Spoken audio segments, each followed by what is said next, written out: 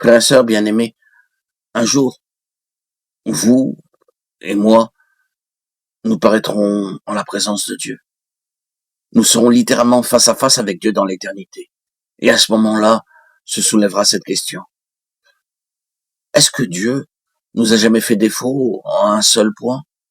Pour nous dire à l'égard d'un seul détail, Seigneur, tu m'as fait défaut. Tu n'as pas été fidèle à ta parole. Non. Une position comme celle-là est inimaginable, n'est-ce pas? Vous en convenez. Il est bien sûr impossible qu'un être puisse jamais déposer une telle accusation à la porte de Dieu, face à Dieu. Puisse jamais avoir un doute quant à la vérité, à la réalité, à la fidélité de Dieu.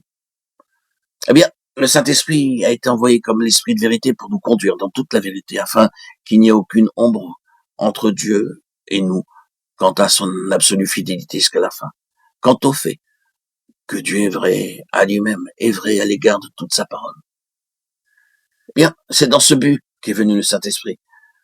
Si cela est vrai, le Saint-Esprit agira donc à l'égard de tous les disciples dans l'école du Christ, de manière à saper tout ce qui n'est pas vrai, ce qui n'est pas pur, pour que chacun de ses disciples se tienne sur un fondement qui puisse subsister devant Dieu au jour de sa justification complète et absolue.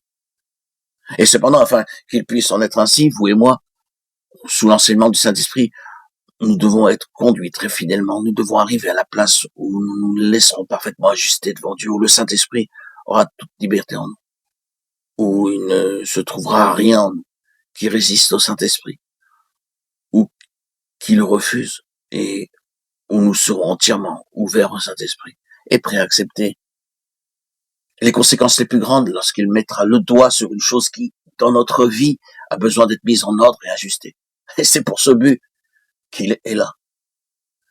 Si nous ne permettions pas au Saint-Esprit d'accomplir une telle œuvre en nous, nous trouverions dans une fausse position. Et cela nous coûterait beaucoup, beaucoup trop cher d'être dans une fausse position.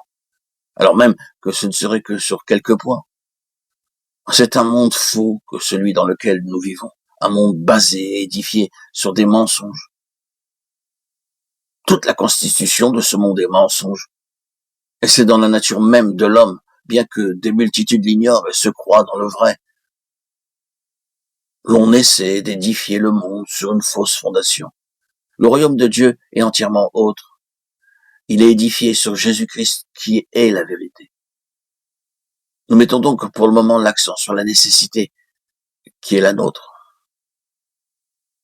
d'être dans une position vraie.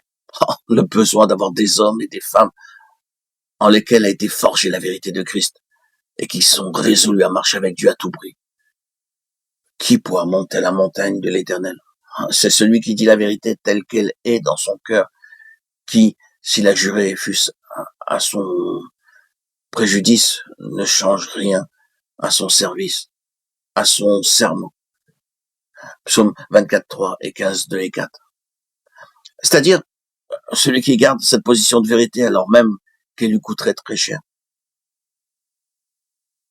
Nous sommes influencés par toutes sortes de fausses considérations, influencés par ce que les autres penseront ou diront, spécialement ceux de notre sphère religieuse, de notre tradition, et ce sont là de fausses considérations et de fausses influences. Elle lie beaucoup d'hommes et de femmes et les empêche de marcher tout droit avec Dieu dans le chemin de la lumière, de la vérité. Pour finir, le résultat sera de toute évidence une fausse position.